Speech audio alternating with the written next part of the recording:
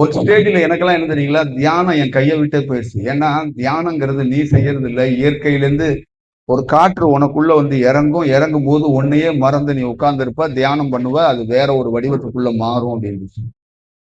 அப்ப என்னைக்கு என்ன என்ன நம்பி, கலையை நம்பி, தியானத்தை நம்பி, பயிற்சியை நம்பி நான் பண்ணும் போதெல்லாம் அப்ப நான் ஃபீல் பண்ணேன்.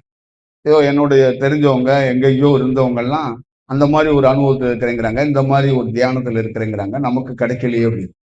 ஒரு ஸ்டேஜ்ல நான் தியானம் பண்றது நிப்பாட்டி அதுவா ஒரு செகண்ட்ல ஒரு காற்று வந்து உள்ள இறங்கி அந்த என்னை மாத்துற தருணம் இருக்குல்ல, அதுக்கப்புறம் தான் அந்த மாற்றங்கிறதே என்னால பார்க்க முடியும். அப்ப எந்த குரு, எந்த யாரும், எந்த பயிற்சியும், எந்த கலையும் எல்லாத்தையும் தாண்டி வெட்ட வழியில இருக்கிற ஒரு வெளிச்சம் திடீர்னு உங்களுக்குள்ள வந்து ஆட் ஆகும்.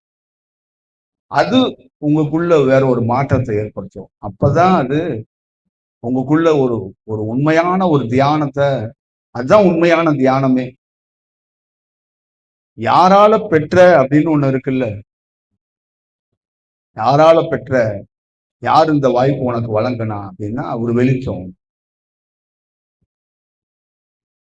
அப்ப அது எப்படி இருக்கும்?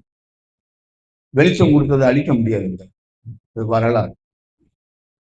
அது மிகப்பெரிய ஒரு பெரிய பணியை, பெரிய வேலைகளை செய்யும் அப்படிங்கிறத பார்த்துக்கணும்.